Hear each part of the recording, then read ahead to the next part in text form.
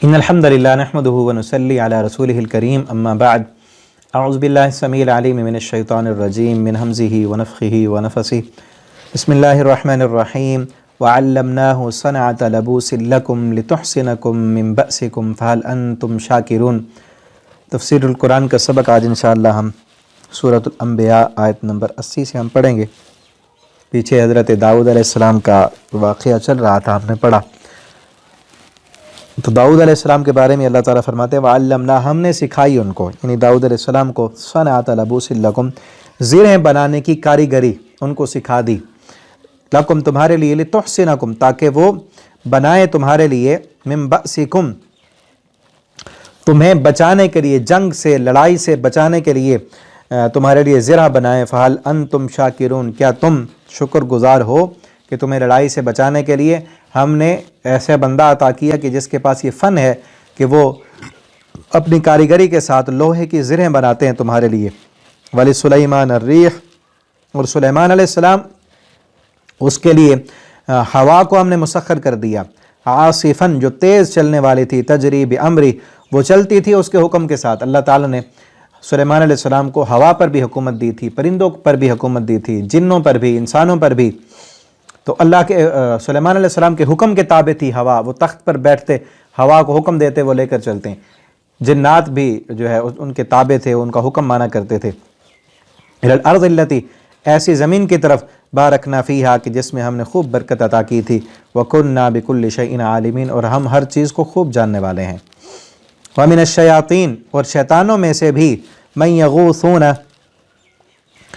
ہم نے شیطان بھی ان کے لیے مسخر کر دی، یعنی جنوں اور شیطانوں پر بھی حضرت سلیمان علیہ السلام کی حکومت تھی۔ من یغوثون جو غوطہ لگاتے تھے، لہو اس کے لیے، ویعملون عملا اور وہ کام کرتے تھے اس کے لیے کام، دون ذالک اس کے علاوہ اور بھی کئی دوسرے کام جنات سلیمان علیہ السلام کے لیے کیا کرتے تھے۔ وکنا حافظین اور ہم ہی ہیں حفاظت کرنے والے۔ وایوب، اب یہاں سے آگے ایوب علیہ السلام کا تذکرہ کیا جا رہا ہے۔ اللہ فرماتے ہیں وایوب، میرے ایوب کو یاد کرو، اذ نادا ربہ کہ جب اس نے پکارا اپنے رب کو، کیا کہا، انی مسنی الضر اللہ مجھے تکلیف پہنچی ہے، میں بیمار ہو گیا ہوں، وانت ارحم الراحمین اور تو رحم کرنے والوں میں سب سے بڑا رحم کرنے والا ہے۔ یہ دعا کا نا بڑا پیارا انداز ہے، جس بندے کو سمجھ آ گیا نا اس کے پاس بڑے خزانے آ جائیں گے، وہ دعا کرنا سیکھ جائے گا۔ پیغمبروں سے سیکھیں دعا کرنا، قرآن سے سیکھیں گے پیغمبر دعا کیسے کیا کرتے تھے، ہم کیسے کرتے ہیں۔ یہ دعا کا انداز بڑا نرالا انداز ہے۔ ایوب علیہ السلام کا واقعہ آپ نے سنا ہوگا کہ ان کو پہلے اللہ تعالیٰ نے بہت مال دیا تھا، اسباب دیے تھے، بیٹے تھے، مال و دولت تھا، جانور تھے، کھیتی تھی، سب کچھ تھا۔ پھر اللہ نے آزمایا، وہ ساری چیزیں، جانور بھی ان کے فوت ہو گئے، ان کے بچے بھی فوت ہو گئے، ان کی کئی بیویاں تھیں وہ بھی طلاق لے کر چلے گئیں، ایک ہی باقی بچی، اور کئی عرصہ تک جو ہے وہ جسم میں بھی بیماری تھی، بیمار تھے۔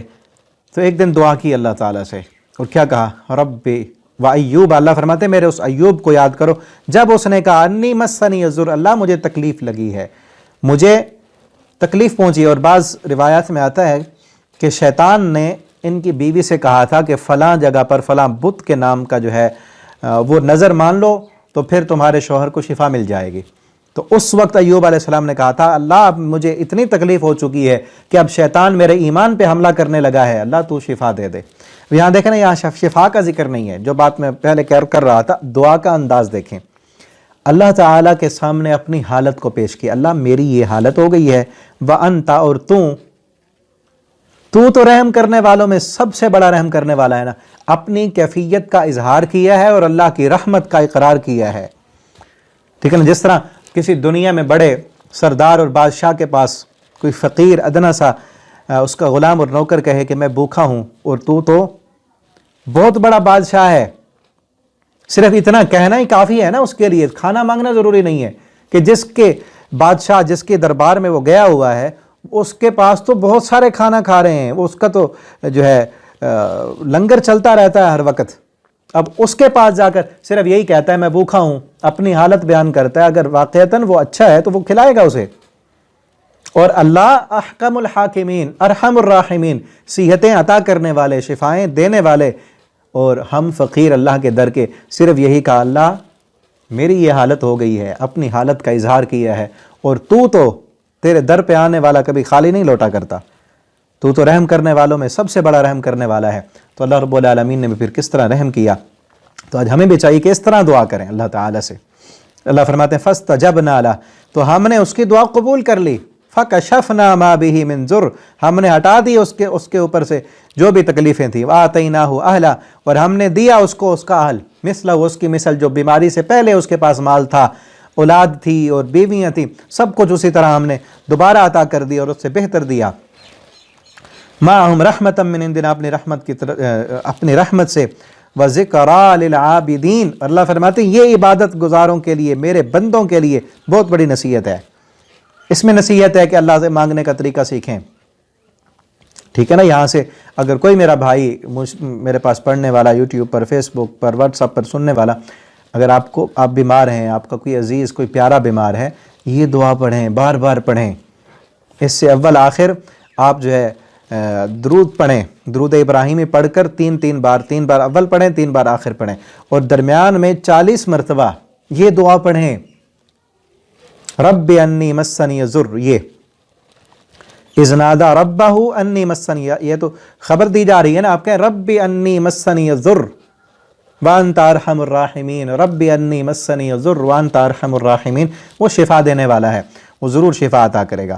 آپ خود بیمار ہیں، آپ کا کوئی عزیز پیارا بیمار ہے، یہ دعا اس کو کہیں، وہ پڑھے، انشاءاللہ اللہ تعالیٰ شفا دیں گے۔ آگے انشاءاللہ ہم اگلے سبق میں پڑھیں گے۔ والسلام علیکم ورحمۃ اللہ۔